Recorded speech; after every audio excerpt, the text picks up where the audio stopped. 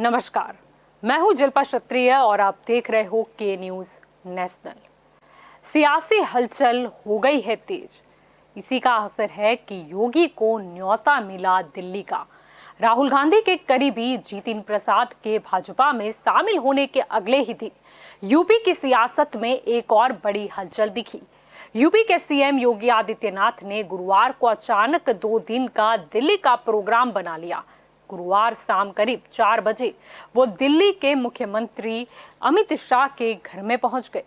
यहां उनकी करीब 1.5 घंटे तक शाह के साथ मीटिंग हुई।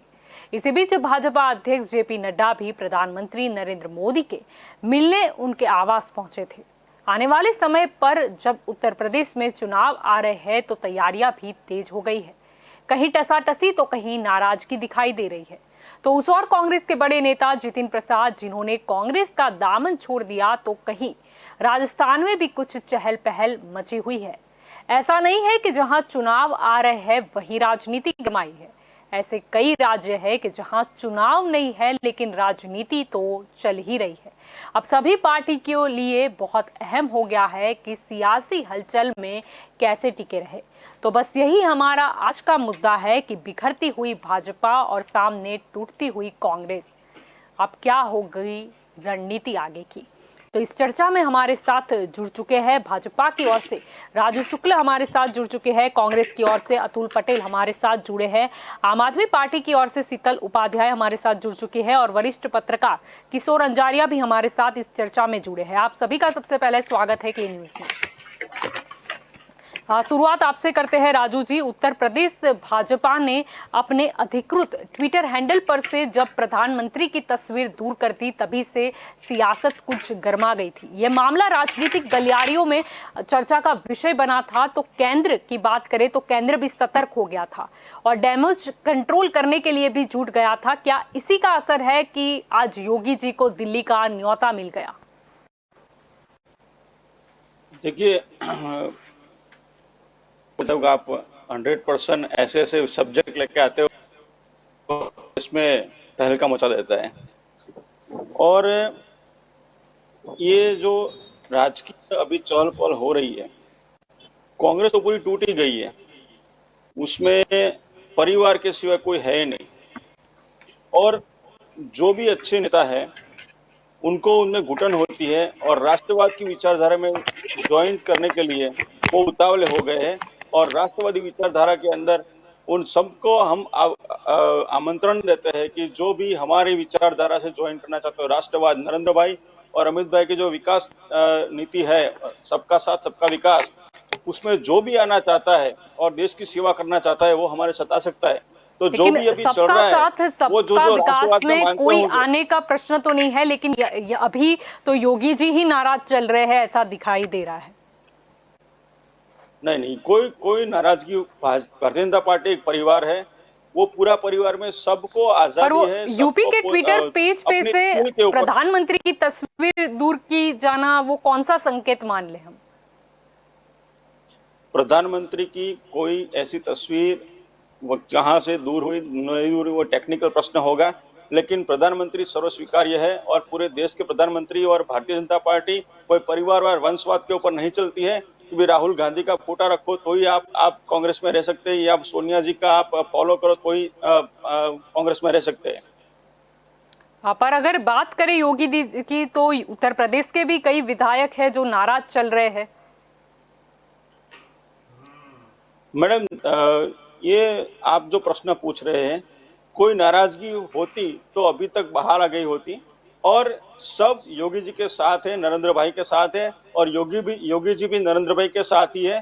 ये जो अभी अगला इलेक्शन आएगा वो उसमें हमारी राष्ट्रवादी विचारधारा का कम से कम समय में कैसे उसको उसके फॉलोअर्स और वहां पे हमें फिर से सरकार बनानी है, उसकी व्यूहरचना के लिए योगी जी दिल्ली आए होंगे या अमित भाई से मिले होंगे, क्योंकि ये सब आज के अमित शाह से तो वो मिले ही है।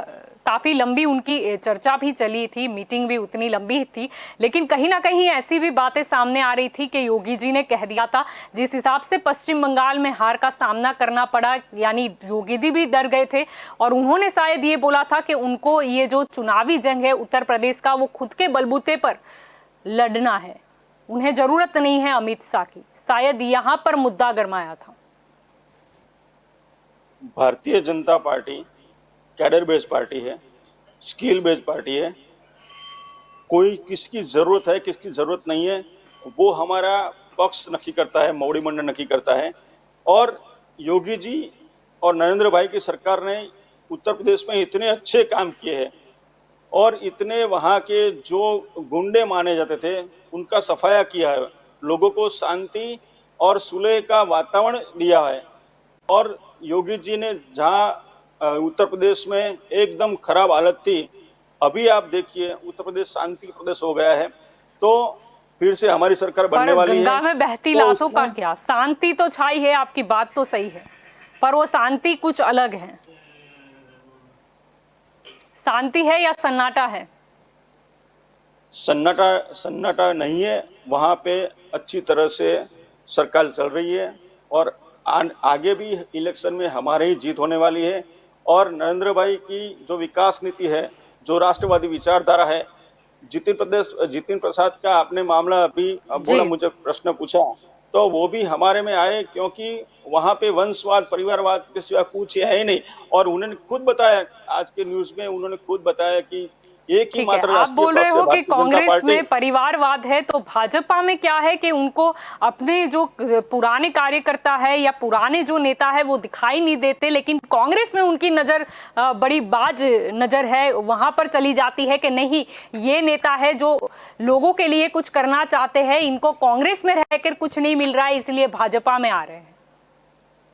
वो कांग्रेस में रहता है, वो नक्की करता है कि मुझे कांग्रेस में घुटन हो रही है, उनकी स्किल वहां पे डेवलप नहीं होती है और राष्ट्रवाद के विचारधारा में वो ज्वाइन करना चाहते हैं, इसीलिए वो भाजपा में आते हैं। तो उन्होंने खुद बताया कि जैसे कि कांग्रेस के अंदर मुझे घुटन सी हो रही थी और राष्ट्रवाद की विचारधारा में नरेंद्र भाई अभी जो अंतर्राष्ट्रीय लेवल पे और राष्ट्रीय लेवल पे भी जो विकास कर रहे हैं, डेवलपमेंट कर रहे हैं, उसी की वजह से वो भाजपा में आए हैं। जी, यहाँ पर कांग्रेस की ओर से भी हमारे साथ अतुल जी जुड़े हुए हैं। अतुल जी, मैं आपकी ओर आना चाहूंगी। यहाँ पर जब जितिन प्रसाद की बात चली है तो ये है कि उन्हें कुछ सम्मानजनक जो भूमिका थी वो दी नहीं गई, इसीलिए वो नाराज चल रहे थे कांग्रेस से। और जितिन प्रसाद की अगर बात करें तो वो काफी बड़े नेता है कांग्रेस के, जो राहुल गांधी की शायद चौकड़ी में भी शामिल थे, लेकिन अब जब वो प्रतिस्पर्धी भाजपा में चले गए हैं तो क्या ये इस बात का संकेत नहीं दे रहा जो भाजपा कहती है, जैसे कि अभी राजू जी भी कह रहे थे कि कांग्रेस में परिवारवाद है, कांग्रेस में शायद दूसरे नेताओं की उतनी कदर नहीं होती उनके काम के हिसाब से, इसीलिए वो कहीं ना कहीं मतलब नाराज हो चलते हैं और देश की राजनीति में कहीं ना कहीं कांग्रेस का कद भी उसी वजह से घटता जा रहा है। सबसे पहले मैं परिवारवाद की बात, भारतीय जनता पार्टी के ऐसे कितने नेता है जिसके दो दो तीन तीन लोग पार्टी के अंदर है। गुजरात में देख लीजिए, विठ्ठल भाई रादड़िया थे और उसके बेटे हैं जयेश रादड़िया, ऐसे बहुत मेरे पास लिस्ट है। लेकिन अभी परिवारवाद की बात करो, समझो यूपीए सरकार बनी 2004 से 14, तो उसमें परिवारवाद कहाँ चला था? नहीं राहुल ने कोई मिनिस्ट्री लिया, नहीं सोनिया ने कोई मिनिस्ट्री लिया, पीएम बनाया तो मनमोहन सिंह जी को बनाया।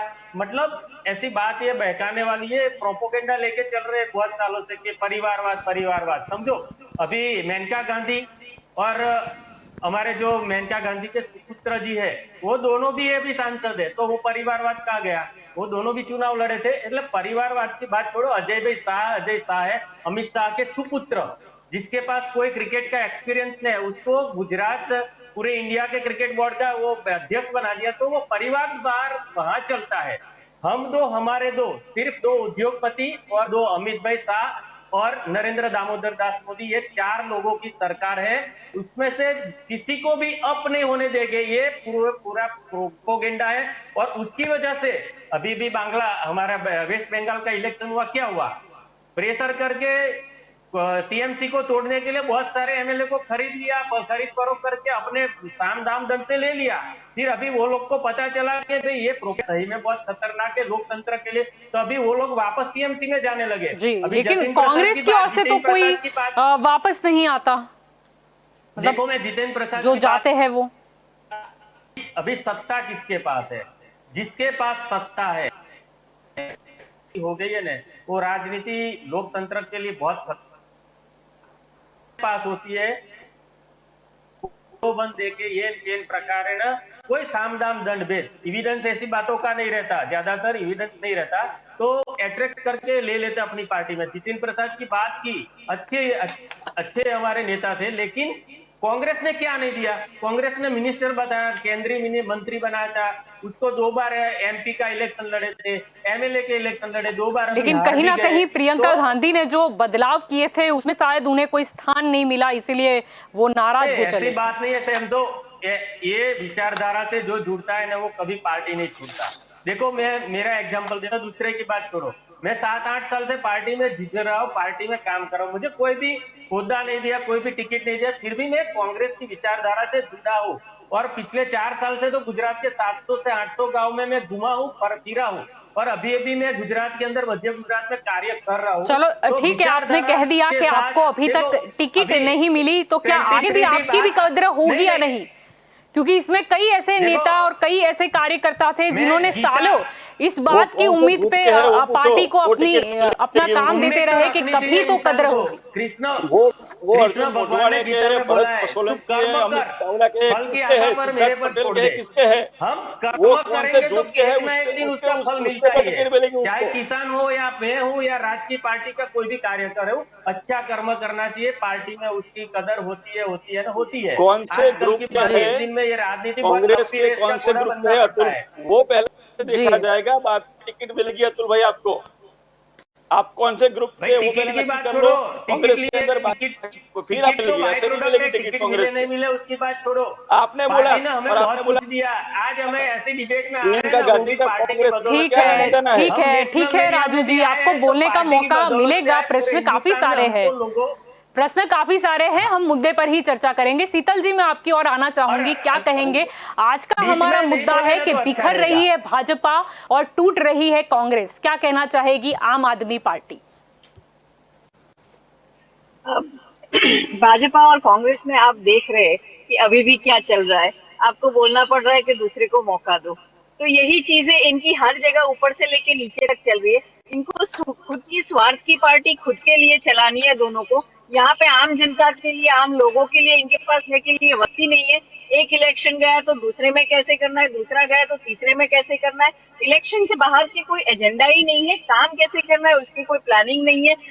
आप देख लीजिए बंगाल में जो हुआ, तो जब कोरोना हो रहा था तो पीएम जब हमको यहाँ संभालना है, देश को संभालना है, तब वो इलेक्शन संभाल रहे थे, तब वो चुनाव संभाल रहे थे। आप देख सकते हो कि कांग्रेस ने भी उसका विरोध नहीं किया। जब उसको लगा कि अब हमारा एग्जिस्टेंस वहाँ कुछ भी नहीं है वेस्ट बंगाल में, तब जाके उन्होंने बोला हम आज से बंद कर रहे हैं। जी, जब मुद्दा देश का आता है तो इन दोनों में से मैंने किसी को नहीं देखा है जो देश के लिए सोच रहे हो। ये लोग सब अपनी अपनी पार्टी को कैसे आगे बढ़ाना है इलेक्शन में और कैसे लोकतंत्र को खत्म करना है, वही तो देख रहे हैं। 70 साल में कांग्रेस ने क्या किया पता था? एक मौका लोगों ने देने का कोशिश किया, यानी सियासी खींचतान नजर आ रही है, वो आप देख रहे हो। बिल्कुल बिल्कुल वही है, और यही एक दूसरे के साथ ये लोग कर रहे हैं। अतुल जी, मैं आपकी ओर भी आ जाऊंगी। उनके जो सही में लोग हैं, वो इनके बाद भी जो सही में है, जो सही में लोकतंत्र के बदलाव में जो जुड़ना चाहते हैं, जो सही में चाहते हैं कि हम लोग देश के लिए सेवा करें, वो लोग अभी भी आप देख रहे हो कि गुजरात में देख लीजिए आम आदमी पार्टी में भी जुड़ रहे हैं सब लोग।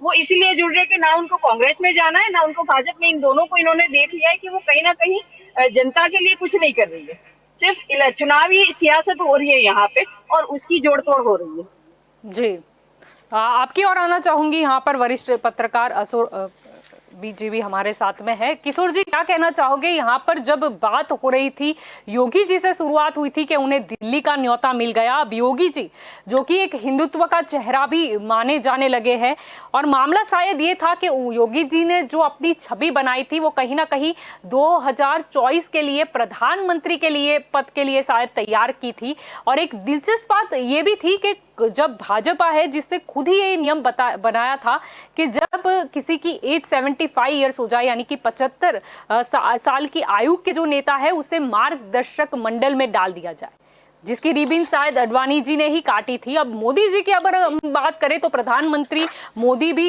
2024 में 74 ईयर्स के हो जाएंगे, यानी कहीं ना कहीं अंदरूनी चर्चा का विषय ये भी 2024 के लिए प्रधानमंत्री कौन, यानी कहीं ना कहीं जो बड़े नाम थे मोदी जी के सामने, पहले अमित शाह की बात हो या फिर योगी की बात हो, कहीं ना कहीं उनका कद घट रहा है या कहीं ना कहीं कुछ सियासी अंदरूनी झगड़ा देखने को मिल रहा है।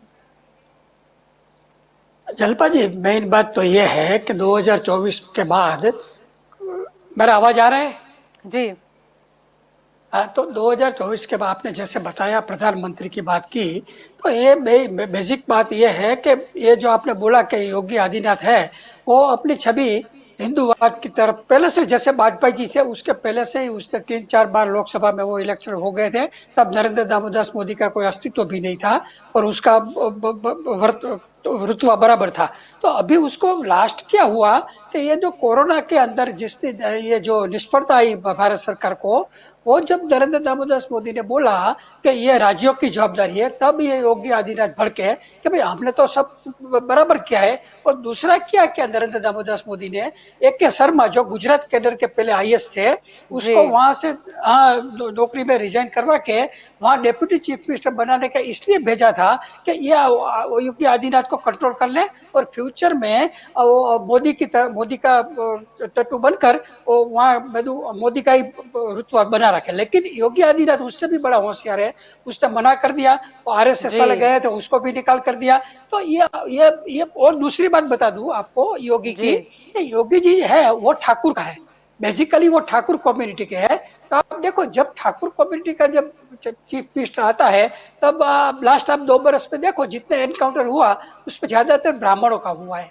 तो ये अब जब ब्राह्मण कोई चीफ मिनिस्टर आ जाता है तो ठाकुर का एनकाउंटर होता है। तो वहां की पॉलिटिक्स में ये एक अलग पद्धति चल रही है। तो मोदी ने अभी क्या किया कि भाई अभी वो ब्राह्मण को, एक शर्मा है, ऐसे दूसरे जो ब्राह्मण है उसको वहां प्रोजेक्ट करने के लिए भेज दिया। लेकिन इससे वो योगी आदित्यनाथ भड़क गए और उसने टोटली मना कर दिया। देखो आज तक मैं तो ये भी जानता हूँ, एक के शर्मा गुजरात में थे तब टोटली फैल गए थे। धोलेरा प्रोजेक्ट से लेकर जितने प्रोजेक्ट वाइब्रेंट में उसने यानी कहीं ना कहीं यूपी में भी उनका जो मामला फिट होना था वो हुआ नहीं। योगी जी ने उन्हें सिर्फ एक शो पीस बना के रख दिया वहां पर। हाँ, स्टॉप। वो वही बात है कि अगर मानो कि उसको पूरा, जैसे मोदी की स्टाइल है, अब 400 बोर्ड कॉर्पोरेशन है भारत सरकार के, उसमें से 90% खाली रखा है, क्योंकि वो मोदी मानता है कि आईएएस ऑफिसर ब्यूरोक्रेट से चलाओ, अगर कार्यकर आ गया तो उसको चैलेंज करेगा। तो मोदी की स्टाइल है। 400 कॉर्पोरेशन में अभी तक अपॉइंटमेंट नहीं हुई। अच्छा, तो यानी कि वो जो प्रश्न उठाया गया था कि मोदी नहीं तो कौन, यानी उसका जवाब भी तैयार ना हो, वो भी ध्यान रखना होता है। हाँ, उसको डर है कि जी यहाँ पर बात चली है तो मैं जी किशोर जी मैं आपकी और फिर लौटूंगी। यहाँ पर मैं राजू जी आपसे दूसरा सवाल ये होगा कि ये नहीं है कि सिर्फ ये उत्तर प्रदेश का मामला है। अगर हम मध्य प्रदेश की बात करें तो मुख्यमंत्री शिवराज सिंह चौहान कोरोना की दूसरी लहर के बाद उनके मैनेजमेंट को लेकर भी पार्टी के अंदर ही वो घिर गए थे, वैसा नजर आया था। और मामला वहां तक पहुंच गया था कि राज्यपाल से उनके इस्तीफे की भी मांग की गई थी, यानी कि मुख्यमंत्री पद पर से शिवराज जी को हटाने की भी बात कह दी गई थी। यानी कहीं ना कहीं भाजपा में भी अब अंदरूनी जो झगड़े हैं वो काफी हद तक बढ़ चुके हैं।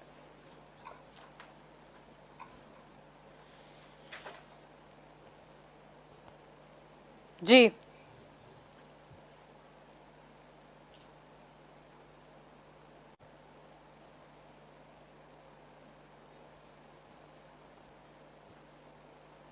शायद तकनीकी किसी खामी की वजह से हम राजू जी की आवाज नहीं सुन पा रहे हैं। आपकी ओर आना चाहूंगी अतुल जी। यहाँ पर जब हम बात कर रहे हैं मध्य प्रदेश की, तो मध्य प्रदेश से हमें याद आता है कि कांग्रेस के साथ भी क्या हुआ था। मध्य प्रदेश जो कांग्रेस को गंवाना पड़ा था और वहां पर भी सिचुएशन वही थी, जैसे जितिन प्रसाद जो है वो जा मिले हैं, ऐसे ही वहां पर सिंधिया की नाराजगी जो कांग्रेस को काफी भारी पड़ गई। यानी कहीं ना कहीं अब डैमेज कंट्रोल की जो राजनीति है वो भाजपा से कांग्रेस को सीखनी तो होगी ही। देखो, जो एमपी में हुआ वो सबको मालूम है, कैसे हुआ, क्या हुआ, कैसे हुआ, ये सबको मालूम है। ज्योतिरादित्य सिंधिया अच्छे लीडर थे हमारे, वो भी चले गए। क्यों चले गए वो पूरे मीडिया में आ गया, उसकी हम छानबीन करेंगे। तो ये प्रोपोगेंडा रहते हैं, एनी हाउ टू कैप्चर, सत्ता कैसे ले लेनी, वो भारतीय जनता पार्टी का एक बहुत बड़ा प्रोपोगेंडा हर जगह पे रहा है। चाहे जम्मू कश्मीर लो, चाहे उत्तर प्रदेश लो, चाहे वेस्ट बंगाल लो, चाहे मध्य प्रदेश लो, चाहे राजस्थान लो, या चाहे गुजरात में भी बात करो आप। राज्यसभा का इलेक्शन आया तो क्या हुआ था पिछली बार, जब विधानसभा में हर एमएलए को इधर से उधर लेने की, सब कभी ऐसा आपने देखा कि कांग्रेस ने कोई भारतीय जनता पार्टी के एमएलए को ले लिया? पिछले 10 साल के अंदर करीबन आधे से ज्यादा लोग अभी जो कांग्रेस के लोग हैं वो बीजेपी में है।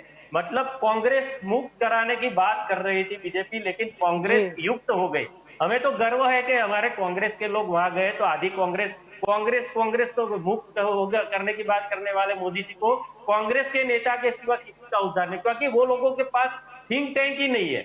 अच्छे लोग जो ब्रेन होना चाहिए वो ब्रेन ही नहीं है, इसीलिए कांग्रेस से लोगों को लेना पड़ता है, दूसरी पार्टी से लोगों को लेना पड़ता है। लेकिन कहीं ना कहीं कांग्रेस तो टूट रही है ना, उससे राजनीति करते हैं भारतीय जनता पार्टी, धर्म की राजनीति करते हैं। वो एक दिन भी आएगा, देखो, जब भी पाप का घड़ा भर जाता है, हमारी गुजराती में कहावत है, पाप नो घड़ो भराई गो, तो ये घड़ा पूर्ण भर चुका है। अभी कोरोना की जो महामारी हुई उसमें लाशों का ढेर हो गया। गंगा की बात करो, सफाई के अभियान गंगा के नाम पे कितना करोड़ों का बजट ले लिया। आज गंगा का हाल क्या है, वाराणसी की हालत क्या है, गुजरात का हालत क्या है, गुजरात के अंदर कितने लोग मर गए कोरोना के अंदर, कितने लोग ऑक्सीजन की किल्लत से मर गए। तो लेकिन कहीं ना कहीं विपक्ष, जैसे कोरोना काल की बात है तो लोगों के मुद्दे काफी थे, लेकिन कहीं ना कहीं विपक्ष कमजोर दिखा, आवाज उनकी उतनी उठी नहीं। देखो, ऐसा होता है ना, तो अभी ये 5 राज्य का चुनाव हुआ, तो आप टोटल देख लो, वेस्ट बंगाल से शुरू करो, तमिलनाडु से शुरू करो, केरला से शुरू करो, राज्यों का चुनाव हुआ, उसमें रिजल्ट क्या है समझो। भारतीय जनता पार्टी की सत्ता ज्यादा बढ़ी नहीं है, और जो दूसरी पार्टी की सत्ता थी वो पार्टी की सत्ता कम नहीं हुई। केरला में भी देखो, एक से दूसरी सीट। लेकिन अतुल जी, ऐसा नहीं लगता कि भाजपा ने कहीं ना कहीं अपना जो प्रचार है या अपने जो उनके फॉर्मूलाज है उनके जरिए कांग्रेस को सिर्फ और सिर्फ डिफेंसिव की भूमिका में लाके खड़ा कर दिया है? क्योंकि यहाँ पर जब भी मुद्दा होता है, जैसे कि आप भी अभी बोल रहे हो कि भाजपा का देखो क्या हुआ, लेकिन आप कांग्रेस की बात नहीं कर रहे हो, यानी कहीं ना कहीं बीजेपी ने आपको उस सिचुएशन में डाल दिया है। देखिए, अभी आपको मैं आम आदमी पार्टी की हमारी बहन ने एक बात किया कि 56 साल में कांग्रेस ने क्या किया। मैडम, आप पूरे हिंदुस्तान में घूमो ना, तो हिंदुस्तान के कोई भी सिटी है उसके रेलवे स्टेशन कांग्रेस ने बनाए, एयरपोर्ट कांग्रेस ने बनाए, स्टेडियम कांग्रेस ने बनाए। मैडम, गुजरात या हिंदुस्तान की पूरी जो भी नदियां हैं ना छोटी बड़ी, वो हर नदी पे डैम कांग्रेस की सरकार ने बनाया है। कब तक जो बनाया उस पे जीते रहोगे, कुछ नया क्या किया है? दोनों पार्टियों ने नया कुछ नहीं किया। Madam silent please. मैडम, आप भी बीजेपी कांग्रेस की कब तक आप दूसरी पार्टियों की ये किया वो किया इतिहास की बात दोहराते रहोगे? लोग मरे तब आपकी आवाज कहाँ थी? क्यों साइलेंट रहूं मैं? आप खुद के इतिहास को क्यों दोहरा रहे हो? केजरीवाल सत्ता कर रहे हैं वो क्या किया? हमने तो जो करना था, हमने 7 साल की छोटी सी बच्ची होने के बावजूद इतना करके दिखाया। शीला दीक्षित की सरकार थी, उसमें बनाया क्या बनाया था? करोड़ों क्या शीला दीक्षित जी ने क्या किया पूरा देश जानता है। हमें बोलने की जरूरत ही नहीं है, हमें बोलने की जरूरत ही नहीं है। आप 70 साल की बात कर रहे हो, इतिहास की बात मत करो, आप वर्तमान की बात करो। मजा आएगा। आप सर, शायद मेरा प्रोफाइल आपको पता नहीं है, आपको पढ़ लेना चाहिए था कि पढ़ा लिखा कौन होता है। आप किसी पे ठीक है, यहाँ पर हम राजनीति की बात कर रहे हैं, यहाँ पर कोई इंटरव्यू नहीं चल रहा है, प्रोफाइल की प्रश्न ही नहीं उठता है।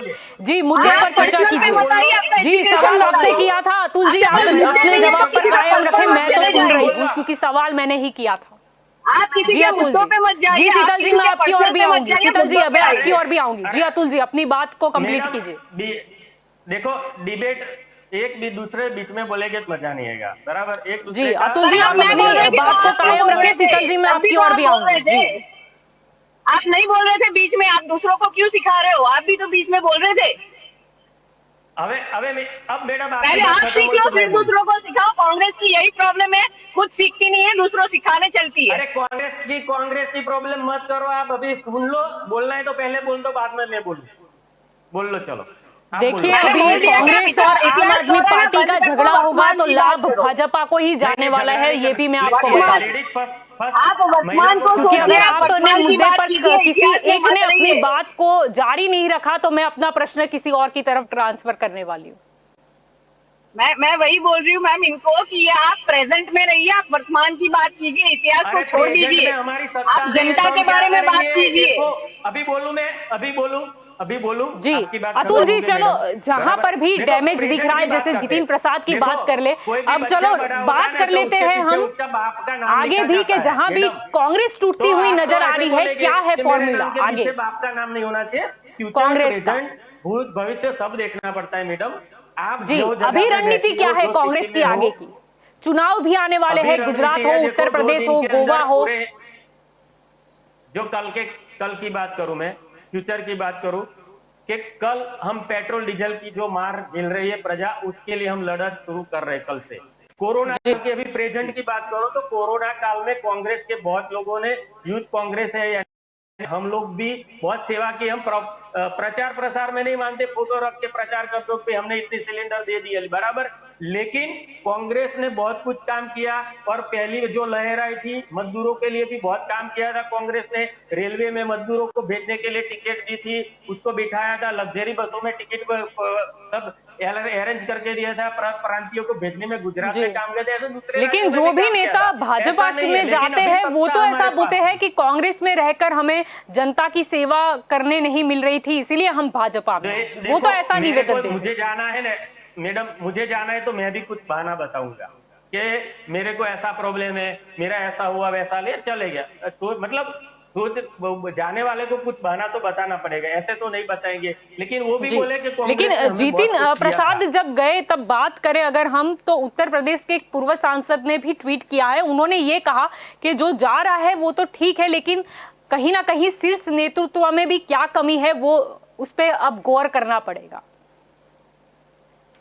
देखो, अभी अभी सब ये फॉर्मेशन चल रहा है। जितिन प्रसाद गए, अभी भी दिल्ली में जो भी हमारे नेता है वो लोग डिस्कस कर रहे हैं, उसका कुछ ना कुछ सॉल्यूशन आएगा। लेकिन हम अभी 2024 और 24 की जो लोकसभा की इलेक्शन आएगी, गुजरात में जो भी इलेक्शन 22 में आएगा, ये सब तैयारी में पार्टी जुड़ गई है, और हम जी जनता के बीच में जा रहे हैं और गए थे और जी जाएंगे। यानी डैमेज ये आज की कंट्रोल बात करने नहीं के है, लिए आज की रणनीति तो आजकल की बन रही पार्टी है। नहीं है, जी जी अब बन आपकी रही है और और जी बनेगी और जी अच्छा ही अतुल जी, मैं जो भी आपकी ओर होगा फिर वो तो। लौटूंगी। शीतल जी, यहाँ पर जब मुद्दा हमारा हो रहा था कि भाजपा जिस तरीके से बिखर रही है क्योंकि योगी जी की नाराजगी सामने आई है, और कहीं ना कहीं अगर हम मध्य प्रदेश की बात करें तो शिवराज सिंह चौहान से भी वहां पर अंदरूनी जो भी उनकी लड़ाई है या झगड़ा है, उनके प्रति भी नाराजगी है। अगर कांग्रेस की बात करें तो जितिन प्रसाद जैसे बड़े नेता है वो कहीं ना कहीं भाजपा में शामिल हो गए हैं, यानी ये जो दो बड़ी पार्टी है उसमें तो सियासी हलचल कुछ नजर आ रही है। आगे अगर हम बात करें आम आदमी पार्टी की, अगर हम गुजरात की बात करें या और किसी राज्य की बात करें, तो वहां पर अभी भी आम आदमी पार्टी का इतना वजूद नहीं है जितना उन्हें अभी बना लेना चाहिए। आगे की आम आदमी पार्टी की रणनीति क्या है? क्योंकि 2024 का इलेक्शन तो चलो बहुत दूर है, उसकी हम बात नहीं करते, लेकिन आने वाले साल में जब उत्तर प्रदेश में इलेक्शन है, आने वाले साल में जब गुजरात में इलेक्शन है, तो कहीं ना कहीं आम आदमी पार्टी को भी सियासी हलचल में कहीं ना कहीं नजर तो आना पड़ेगा। जी, हम सियासी की राजनीति करते ही नहीं है, पहली बात तो ये आती है। हम जो राजनीति कर रहे हैं वो यही है कि जो काम नहीं कर रहे ये लोग, हम उसी मुद्दों पे आ रहे हैं। हम दिल्ली मॉडल को लेके चल रहे हैं, गुजरात मॉडल सबने देख लिया। गुजरात मॉडल में दिखावे के अलावा, भ्रष्टाचार के अलावा और कुछ नहीं है, और ये इनके पावर में इतने मदांध हो गए कि अभी इनको पता ही नहीं है कि ये जनता के सामने क्या कर रहे हैं। इन्होंने सिर्फ हिटलरशाही शुरू कर दी है। जी पर आपको क्या लगता है यहाँ कि गुजरात लोकतांत्रिक में देश रहा ही नहीं है। दिल्ली मॉडल चलेगा गुजरात में? क्योंकि गुजरात मॉडल को लेके ही तो मोदी जी दिल्ली गए थे, और दिल्ली मॉडल लेके आम आदमी पार्टी आएगी, क्योंकि सूरत के अलावा कहीं फायदा होता हुआ नहीं दिखा। और सूरत की बात करें तो कहीं ना कहीं पाटीदार समाज का साथ मिला आम आदमी पार्टी को, क्योंकि भाजपा से वो पहले से ही नाराज थे और कांग्रेस के से उनकी कुछ नाराजगी हो गई थी, यानी उसका जो सीधा फायदा है वो तीसरी पार्टी यानी कि आम आदमी पार्टी को मिल गया। देखो, हमें फायदा जो भी मिल रहा है वो आम आदमी की सोच से मिल रहा है। आम आदमी अभी हर रोज आप देख रहे हो त्रस्त हो रहा है कहीं ना कहीं। दिल्ली का मॉडल अगर आप देखो तो हमने बिजली देख लो, एजुकेशन देख लो, वो सारे रिफॉर्म्स हमने किए हुए। हम जो है वो कहीं ना कहीं पैसा बचाने की बात करते हैं, हम विजन देख के चल रहे। हम आप देख लो, हम लोग जब ब्रिजेस बना रहे तो कितने जल्दी बन जाते, कितने कम खर्चे में बनते, जो बच जाती है पैसे वो आम आदमी में कैसे खर्च कर पाए उसके प्लानिंग होते। अभी भी रेशन कार्ड घर घर पे रेशन की बात भी हुई, पर राशन के लिए हमको मंजूरी नहीं दी जा रही है। कहीं ना कहीं हम सेंटर से दिल्ली में दबे हुए होने के बाद भी इतना अच्छा परफॉर्मेंस पब्लिक को जो चाहिए, आम जनता को जो चाहिए, जिस हिसाब से वो हमें वोट दे रही है, जिस हिसाब से वो एक राजनीतिक कोई भी पार्टी होगी उसको वोट देती है बदलाव के लिए, उनके खुद के जो चीजें हैं वो सही से हो उसके लिए देती है। और वही चीज हम दिल्ली में पूरी सफलता से कर रहे हैं, और वही मॉडल लेके हम आ रहे गुजरात में, और हम अपनी सारी सीटों पे हमारे आदमी भी लड़ाने वाले हैं। अब जनता तय करेगी जी, पर ऐसा क्यों कहा जा रहा है जब भी बात होती है तीसरे मोर्चे की, जब भी बात तीसरी पार्टी की होती है भाजपा और कांग्रेस के अलावा, तो कहीं ना कहीं ऐसा ही बोला जाता है कि इनको तो मतों का समीकरण जो है वो सेट करने के लिए लाई गई है, और आम आदमी पार्टी को भी भाजपा की बी टीम करार दिया गया था गुजरात में अभी जो स्थानीय निकाय के चुनाव थे। ऐसा क्यों? पहले तो ये है कि ये दोनों पार्टी एक दूसरे को तीसरी पार्टी को हमेशा बी टीम करती रहती है, तो उनको खुद को नहीं पता है उनकी कौन सी ए टीम है, क्योंकि ये दोनों तो मिलीभली सरकार चला रहे। कहीं भी देख लीजिए आप, पूरे कोरोना में कोई विरोध नहीं है, इतने सारे इंस्यू हुए। गुजरात में देख लीजिए, CR पाटिल जो इनके अध्यक्ष है, रेमडेसिविर 5000 लेके आ गए थे।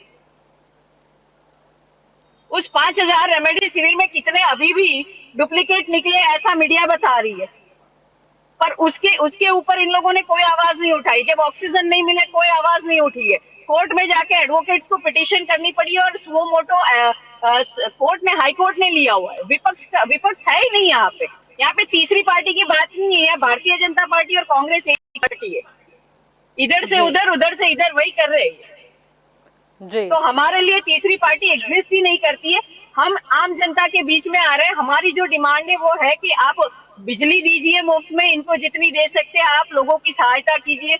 एजुकेशन जो बेसिक फंडामेंटल राइट है वो एजुकेशन दीजिए। यहाँ गवर्नमेंट स्कूलें बंद हो रही है, आप गवर्नमेंट स्कूलें सही तो कर नहीं पा रहे, स्कूलें बंद कर रहे, प्राइवेटाइजेशन के नाम पे, फीस के नाम पे मुद्दा चला रहे। कोर्ट ने ऑर्डर देने के बाद भी दिल्ली मॉडल की कुछ मुद्दों की बात कर रही है, तो अभी घर घर राशन योजना जो थी जिसको परमिशन नहीं मिली, तब शायद केंद्र की ओर से ये भी कहा गया था कि ऐसी कोई योजना आम आदमी पार्टी खुद के प्रचार के लिए नहीं कर सकती, क्योंकि कहीं ना कहीं जो अनाज है उसका जो ज्यादातर मतलब परसेंटेज है वो केंद्र की ओर से मिल रहा है।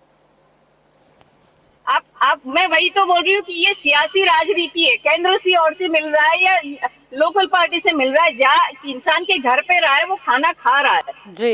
यहाँ राजनीति इलेक्शन की, और इन लोगों को जब सरकार के पैसों से PM और CM इतना घूमते रहते इलेक्शंस में, क्या वो पर्सनल कर सकते हैं? वो खर्चे पर्सनली कर सकते पार्टी के लिए?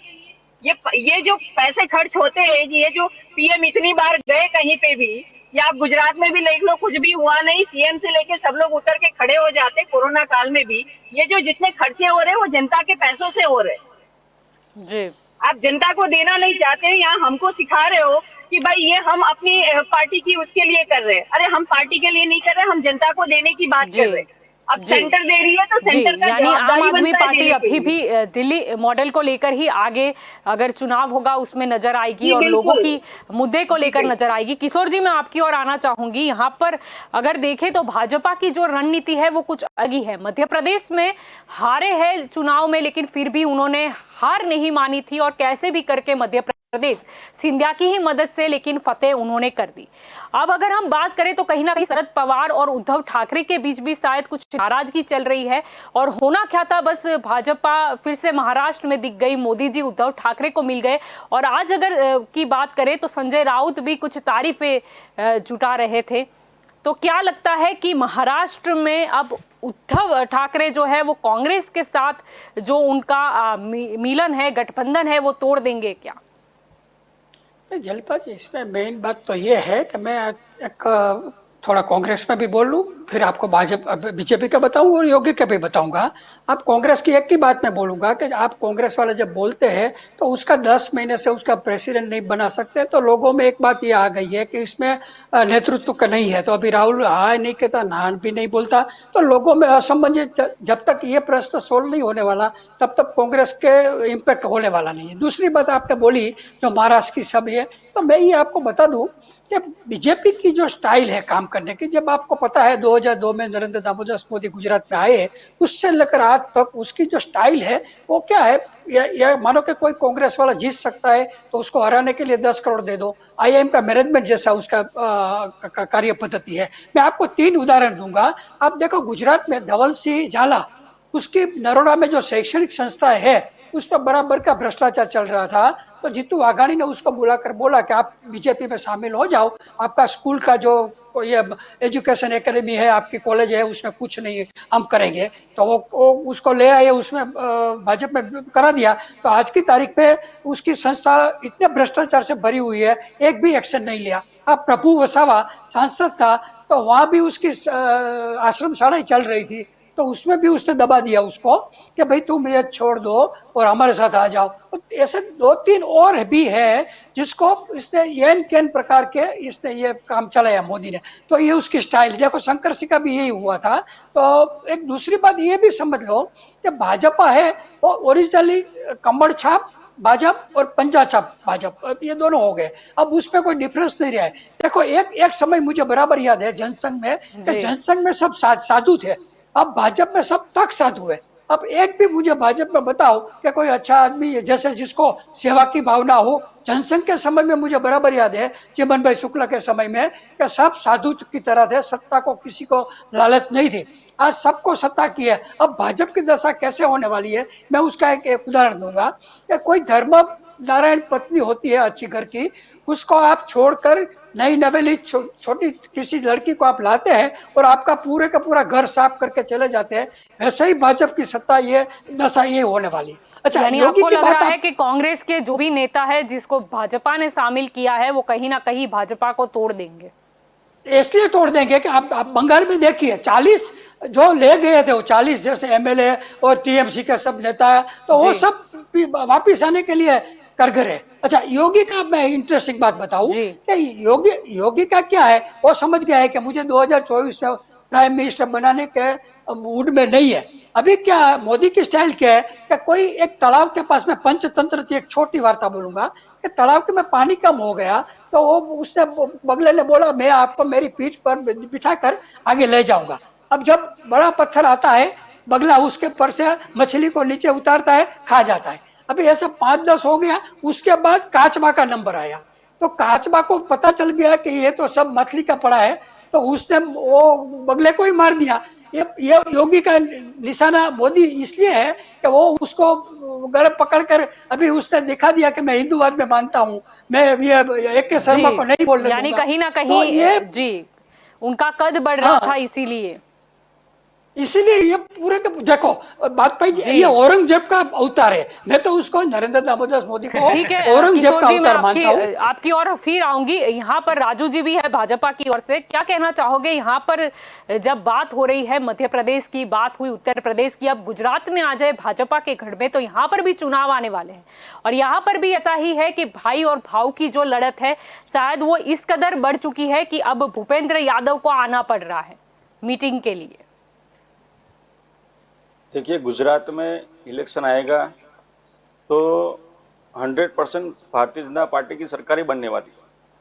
यहाँ पे अभी जो अतुल भाई बोल रहे थे, पर भाजपा के लिए ये मायने रखता है कि किस मतलब भाजपा की सरकार बनेगी या नहीं, या किस गुट का नेता है वो शासन करेगा, इसकी लड़त है। जलपाबेन, मैंने पहले कांग्रेस के साथी मित्र के दो जवाब दे दूं।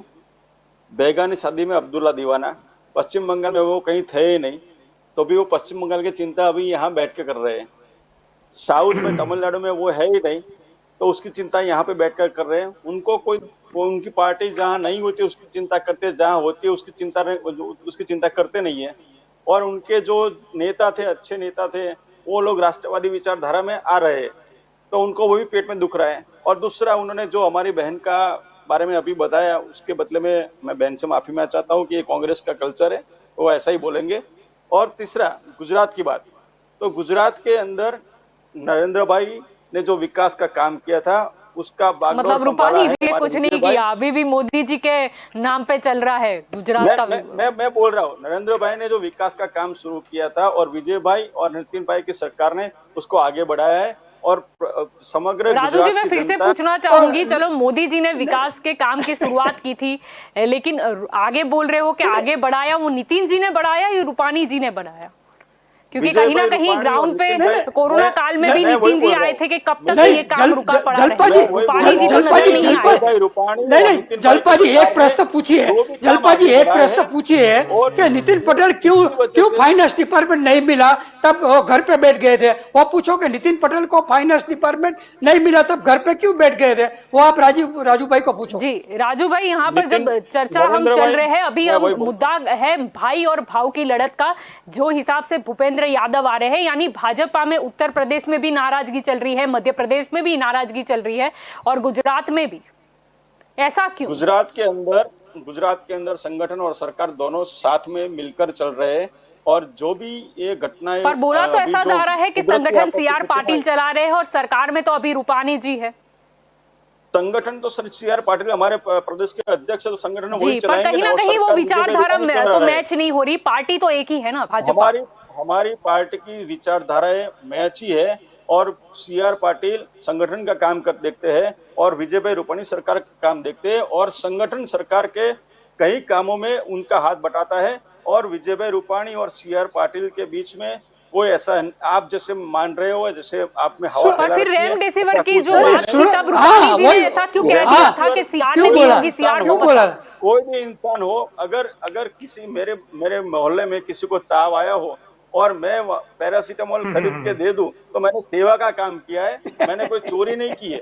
पर रेमडेसिविर का सवाल ही नहीं है, सवाल ये है कि रूपाणी जी ने ऐसा जवाब क्यों दिया? यानी यही चीज है, जैसे उत्तर प्रदेश में योगी जी नाराज चल रहे हैं, उन्होंने तो प्रधानमंत्री का फोटो तक ट्विटर पेज से हटा दिया था। उन्हें ऐसा ही है कि मैं खुद के दम पे जीतूंगा।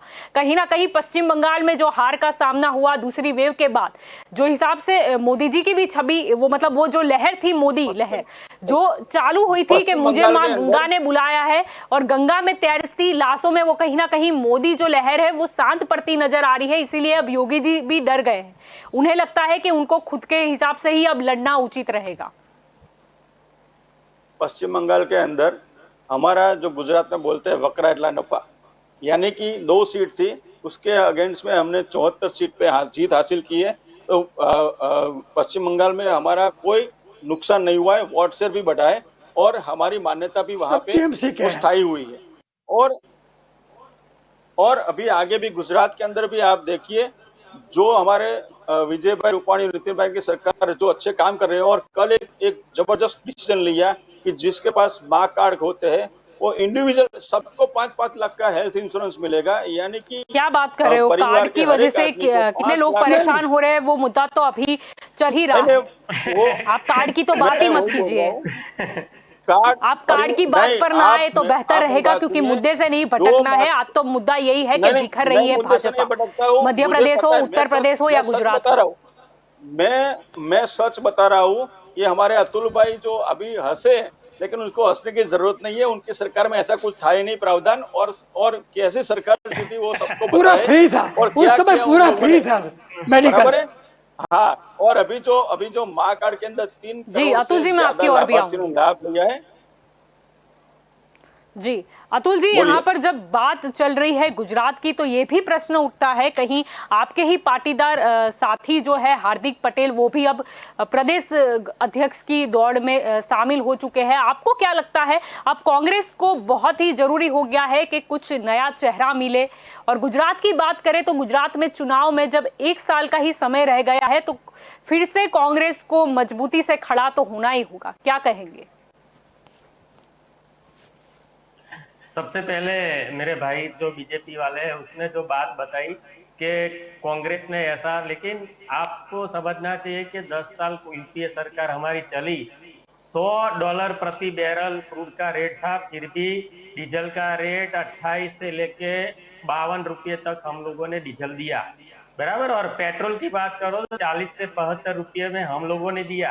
आज आधा रेट है क्रूड का, एवरेज $60 है प्रति बैरल मोदी शासन के, नरेंद्र दामोदर दास मोदी आने के बाद, फिर भी आप डबल वसूल रहे हो। और किसानों की बात छोड़ो, 90 रुपये डीजल पुराते हैं किसान ये ट्रैक्टर वैक्टर में, और ये सब छोड़ो, चलो अभी बात आपने हमारे कांग्रेस के हार्दिक पटेल की बात की, तो परिवर्तन तो संसार का नियम है।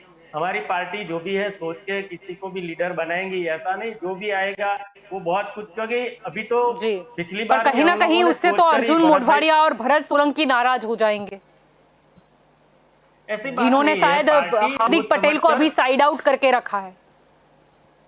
ऐसी बात नहीं, हार्दिक पटेल हर रोज एक्टिव रहते हैं, साइड आउट किया ही नहीं है, हर जगह पे उसका नाम रहता है। आप मीडिया में देखो, सोशल मीडिया में देखो, कांग्रेस के कार्यालय में। पर सूरत में क्यों पाटीदार समाज से ही आते हैं हार्दिक पटेल, तो क्यों सूरत में फिर आम आदमी पार्टी बाजी मार गई? देखो, आम आदमी पार्टी बाजी मार के उसकी वजह हमारे जो पाटीदार आरक्षण आंदोलन का जो वहां इफेक्ट था जो समय पे, और गोपाल इटालिया मेरे दोस्त भी है और आम आदमी पार्टी के अध्यक्ष है। गोपाल भाई इटालिया ने बहुत अच्छी मेहनत की है और वो मेहनत का नतीजा मिला है, और आम आदमी पार्टी काम यानी कि आम आदमी पार्टी को जाए या कांग्रेस को जाए, लेकिन पाटीदार की एकता दिखेगी। यानी भले हार्दिक पटेल मतलब लाए कांग्रेस में या फिर सीट चली जाए गोपाल इटालिया के खाते में। पाटीदार समाज करीबन 1 से 1.5 करोड़ है। हार्दिक पटेल कांग्रेस के प्रवक्ता है, आपके प्रवक्ता है, पाटीदार है नहीं जी, ये कांग्रेस के ठीक है। आप परिवर्तन की जी ठीक है अतुल जी, आप जब परिवर्तन की बात कर रहे थे तो मैं आपको ये भी बता दूं कि राजस्थान में भी अभी पायलट जी नाराज चल रहे हैं, तो क्या वहां पर भी परिवर्तन जरूरी नहीं है? क्या युवा जो चेहरा है सचिन पायलट, उसको क्या राजस्थान में कोई स्थान नहीं मिलना चाहिए? वो भी नाराज चल रहे हैं राजस्थान। सचिन पायलट को ऐसा नहीं है, अच्छा स्थान नहीं है। कांग्रेस हमारे राजस्थान के अंदर उसका जो स्थान है ना, वो दूसरे नंबर का स्थान है अभी।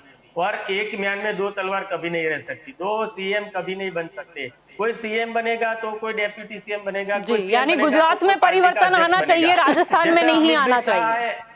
अमित भाई शाह और नरेंद्र दामोदर दास को नहीं, दोनों पीएम थोड़े बनेंगे, एक को तो गृह मंत्री बनना पड़ेगा या दूसरा बनना पड़ेगा। ऐसी बात है, तो ये अंदरूनी मामला है। और सचिन पायलट बहुत अच्छे है, वो भी अभी भी उसका फ्यूचर ब्राइट है, उसके पास बहुत बड़ी उम्र भी है राजनीति करने की, तो वो आने वाले लेकिन वो बाल जाते जाते बच गए थे, मतलब वो कहीं ना कहीं जो हाई कमांड था समझो उसने जो इंटरफियर किया उसकी वजह से वो बच गए थे, नहीं तो राजस्थान तो गया ही था। वो समझ गए ने, तो हमारा हाईकमांड सफल हुआ सचिन पायलट को समझाने में। और कुछ भी चर्चा की होगी कि आने वाले टाइम पे आपको सीएम बनाएंगे, आपको ये बनाएंगे, बराबर, तो ऐसे समझदारी से काम चलता है। अभी पर कहीं ना कहीं वो एक समिति की रचना होने वाली थी जो उनकी बात सुनती। उन्होंने तो ऐसा कहा है कि सिद्धू जी की जो प्रॉब्लम है वो सॉल्व हो जाती है, लेकिन हमको तो यहाँ पर कोई पूछ ही नहीं रहा है, 10 महीने हो गए, ऐसी भी बात सामने आई है। देखो,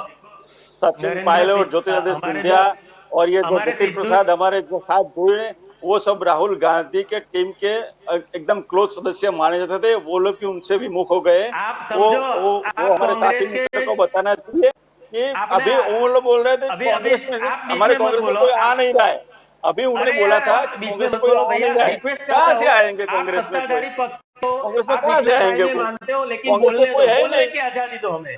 बोलने की आजादी लो, बोलने अरे, की आजादी दो सिर्फ, बराबर। जी हमारे अतुल बोलने जी, की इस आजादी देश दो। में बोलने की अभिव्यक्ति आजादी की है। आजादी तो है, आप बोलते रहिए, देखो, मैं तो सुन आपने रही हूँ आधी जी। कांग्रेस आप ले ली, बोलिए, आप चाहे आप भी बोलिए। कांग्रेस के 25-30 नेता और भी ले लो ना, तो भी कांग्रेस का जनाधार पूरे देश में है और रहेगा, और आने वाले दिन में कहाँ बढ़ेगा है, कहाँ है, जनाधार। और आपने बोला कहाँ है तमिलनाडु में कुछ आपका जगाने की जनाधार, कहाँ है मुझे बात बताइए। आपने बताई, सुनो। तमिलनाडु में हमारा अलायंस है, बराबर, हमारा अलायंस है अरे कांग्रेस का कांग्रेस कहाँ अलायंस है। पे आप है? मत बोलो अरे भाई तमिलनाडु में, कांग्रेस कहाँ पे आपका है? जीरो हो गया है। आपका अलायंस है मुझे हमारा बताइए, कांग्रेस का, अलायंस नहीं, और महाराष्ट्र कांग्रेस में भी राष्ट्रीय अलायंस पक्ष है है? हमारा कांग्रेस कांग्रेस का। राष्ट्रीय पक्ष है कि नहीं? पंजाब में कांग्रेस हमारी राष्ट्रीय सरकार पक्ष है, है कि नहीं राजस्थान है? में हमारी सरकार अगर है, राष्ट्रीय एमपी में पक्ष है हमारी तो सरकार 400 थी। में आपने 44 तोड़ पे आ फोड़ गए। करके ले ली। अभी आप लोकसभा में सफल नहीं आपके होगे 40 सभी जगह सदस्य पे, है। सबको और प्रोपोगेंडा को अभी बच देखो, के रहना 0 हो है, गए, क्योंकि अगला और बाद में निशाना भी कुछ नहीं महाराष्ट्र होने वाला नजर है। आ रहा है। राजस्थान में चले जाएंगे, मध्य प्रदेश, महाराष्ट्र में चले कुछ जाएंगे। महाराष्ट्र नजर आ रहा है, कांग्रेस लेकिन वो बदले हुए से दिख रहे हैं। कांग्रेस पूरे देश में खत्म हो गई है। एक परिवार बचा है कांग्रेस में, एक ही परिवार की कांग्रेस है, बाकी सब चले गए हैं और 0% हो गया है। 400 में से 40 हो गए, तो भी हमें बोलते हैं कि हम सब जगह पे राष्ट्रीय पक्ष है या कोई क्षेत्रीय पक्ष है। अभी तो गांव का पक्ष भी नहीं रहा है कांग्रेस। पर राजू जी, कहीं ना भाई कहीं देखो, अभी कांग्रेस यूपी की में आपको भी तो बाई-इलेक्शन हुए, जरूरत पड़ती है नगरपालिका, उनके ग्राम नेता पंचायत, की। महानगर पालिका का इलेक्शन हुआ, भारतीय जनता पार्टी उसमें दूसरे नंबर पे आ गई और अपक्ष लोग पहले नंबर पे आए, और हमारी जो वहां महानगर समाजवादी पालिका का पार्टी है ये वो पहले नंबर आपने पे आई। ये पूरा अबे जिला देखो, आप बात पंचायत, करो, तालुका बीजेपी का पंचायत, काउंटडाउन म्युनिसिपल चालू कॉर्पोरेशन, हो गया है, ये गुजरात किसी के का सभी 10 का हो जिले गया के खत्म। इलेक्शन हुए, नरेंद्र सब दामोदर जगह दास पे मोदी भारतीय जनता वापस पार्टी का वडनगर भगवा चाय छाया बेचने हुआ है। आएंगे और और वडनगर का स्टेशन बड़ा कांग्रेस का बनाएंगे, ग्रीन कलर कलर कहीं वलर पे दिखाई तैयार नहीं करके दिया। रखा है। आप और बहुत बोलिए, बड़ी जितना जोर से रेस्टोरेंट बोलेंगे बनाने वाले हैं उतना हम बोलो, लोग, जाएंगे आपका चाय कुछ पीने नहीं के होने भैया। वाला है। प्रजा आपको पहचान गई है कि पर देश के राजू जी, गद्दारों को आप जो जान बात गई कर है। रहे और हो, जितना राजू जी, उनको समर्थन आप जो करेंगे। बात कर रहे हो, आप भी संभल के रहना, क्योंकि कांग्रेस में जिस हिसाब से टूटने की शुरुआत हुई थी, आप अगर यानी कि भाजपा की बात करूं तो बिखरने की शुरुआत तो हो गई है। योगी हो, शिवराज सिंह चौहान हो या फिर गुजरात हो, संभाल के रहना होगा आपको। गुजरात में तो प्रदीप सिंह जाडेजा कब से कैबिनेट मंत्री बनने के लिए दौड़ रहे हैं, आज वो भी नाराज है, क्योंकि उसको इसलिए नहीं बनाते कि वो केशुभाई जूथ के थे। आज भी उसको याद रखा गया कि प्रदीप सिंह जाडेजा केशुभाई का वो जी, जमाई यानी है, प्रदीप सिंह जैसा के ही साथ उसका अन्याय हो रहा है। जी हाँ। राजू जी, क्या कहना चाहोगे? गुजरात में हमेशा भारतीय जनता पार्टी के अंदर कैलिबर के हिसाब से सबको सीनियरिटी के कैलिबर हिसाब नहीं से है। मिलता ही है। प्रदीप सिंह में कैलिबर नहीं है, जाडेजा, उसमें कैलिबर वो नहीं नहीं है बोला, प्रदीप सिंह में। कैपेसिटी के हिसाब से, कैपेसिटी और अपनी 10 सीनियरिटी के बरस हो हिसाब से गए। सबको मिलता है। और विजय भाई रूपाणी और नहीं, नीतिन अभी भाई सरकार जवाहर है, चावड़ा उनका बहुत नहीं, जवाहर बड़ा चावड़ा और जवाहर है, चावड़ा कहाँ ठीक है। सीनियर है? गुरु जवाहर प्रधान है। चावड़ा कहाँ से? और जवाहर चावड़ा गुजरात के। सीनियर है। ठीक है, ठीक है। प्रदीप सिंह- यहाँ पर प्रदीप नहीं सिंह याद सीनियर है। करना है किसे क्या मिला, लेकिन मुद्दा यही था कि बिखर रही है भाजपा और टूट रही है कांग्रेस, तो कहीं ना कहीं डैमेज कंट्रोल की जो आवश्यकता है वो दोनों ही पार्टी को है, और आने वाले चुनाव को ध्यान में रखते हुए बहुत कड़े फैसले करने भी होंगे। आपकी और छिला सवाल आएगा मेरा, शीतल जी। यहाँ पर जब दोनों पार्टियों से बात हो रही है, तो आम आदमी पार्टी की अगर बात करें तो कहीं ना कहीं जो भाजपा की बात करें या कांग्रेस, सबसे पुरानी पार्टी है भाजपा, जिसके पास शायद कार्यकर्ताओं की संख्या सबसे ज़्यादा है, तो आम आदमी पार्टी को भी अब जरूरत होगी एक नए सिरे से शुरुआत करने की। कार्यकर्ताओं की भी उतनी ही जरूरत पड़ती है अगर लोगों के बीच जाना है, काम लेना है। तो क्या होगी आम आदमी पार्टी की आगे की रणनीति? जी, आपने बिल्कुल सही कहा कि कार्यकर्ताओं की जरूरत होती है। हमारा हर आम आदमी कार्यकर्ता ही है। और हम लोग नए तरीके से सब शुरू भी कर दिया है। हमारा संगठन भी नया बन रहा है, और आप देख रहे हो अभी गोपाल इटालिया भी आए, उसके बाद अच्छा, गोपाल इटालिया से याद आया, कहीं ना कहीं अगर पाटीदार समाज की बात करें तो वो तो आंदोलन से ही आए हुए हैं, इसीलिए कहीं ना कहीं उन पर अभी भी वो छवि बनी हुई है पाटीदार समाज की। तो अगर आगे चुनाव आ रहा है, विधानसभा का चुनाव, तो मुख्यमंत्री पद के लिए क्या और कोई चेहरा आम आदमी पार्टी पसंद करेगी जिसे किसी समाज का बंधन नहीं नड़ता? हम लोग अभी भी सियासी राजनीति की बात करते ही नहीं है। हम सीएम पद की बात सोचना तो होगा ना कि आगे चेहरा कौन, जैसे लोग भी क्या सोचकर मतलब वोट दें, कुछ तो होगा ना, कोई चेहरा तो खड़ा करना होगा ना। केजरीवाल है, चलो ठीक है, लेकिन फिर भी कुछ तो सोचना होगा। मैं वही बोल रही हूँ जी, बिल्कुल मैं वही बोल रही हूँ कि चेहरे की जरूरत नहीं है, हम हमारे काम का ही, हमारा काम ही हमारा चेहरा है। सीधी सी बात है, ये आप देख रहे हो चेहरे की तो लड़ाई हो रही है, यूपी में क्या हो रहा है वही चेहरे की लड़ाई आ रही है। पर सूरत यहाँ में भी चेहरों देखने के मिला बीच था, में आम आदमी बोला दो जा रहा है। कॉरपोरेटर आपस में यहाँ चेहरों के झगड़ा बीच हो में गया था आम उनका, आदमी, वो भी कहीं ना कहीं चेहरे का यहाँ यानी चेहरों प्रसिद्धि का ही मामला था सूरत का, यहाँ यानी कहीं ना उससे भी कहीं बचकर वो रहना होगा। प्रसिद्धि के जी, आप जो बोल रहे हो मैं वही बोल रही हूँ कि यहाँ चेहरों की लड़ाई हो रही है। हम चेहरों की लड़ाई में वही इसीलिए नहीं पड़ रहे, हम जो कार्य करना चाहते हैं, जो कार्य ये लोग नहीं कर रहे, उस पर सवाल उठाना चाहते हैं, हम उसी सवाल, हम बोलते हैं हम है ही क्रांतिकारी, हम बदलाव के लिए आए हैं। हम ये दोनों जुड़ के मिल के एक दूसरे को तोड़ के जोड़ के जो राजनीति कर रहे हैं, उस राजनीति के बदलाव के लिए हम आए हुए हैं।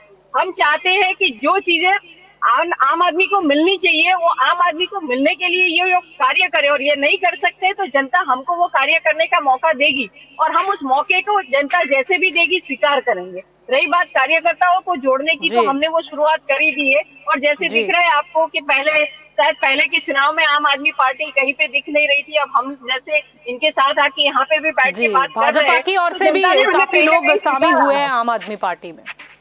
जी जी बिल्कुल, जो लोग भाजपा को जानते, जो भाजपा शुरुआत की थी, वो ये भाजपा नहीं है जैसे इन्होंने किया विशेषज्ञ जी ने कि भाई जो सेवा के लिए भारतीय जनता पार्टी बनी, जो जनसंघ बना हुआ था, इनके कोई लोग ही नहीं है, तो उनकी जो विचारधारा है वो विचारधारा पूरी कॉर्पोरेट विचारधारा हो गई है, जोड़ तोड़ की विचारधारा हो गई है। जो लोग यहाँ पे आप देखिए यानी करप्टेड भाजपा है का या कुछ बिखरना और गलतियां करें, कांग्रेस उसको का उठा के टूटना, आगे दोनों का जाना है। फायदा तीसरी पार्टी को जाएगा, यानी आम आदमी पार्टी को, दो की लड़ाई में।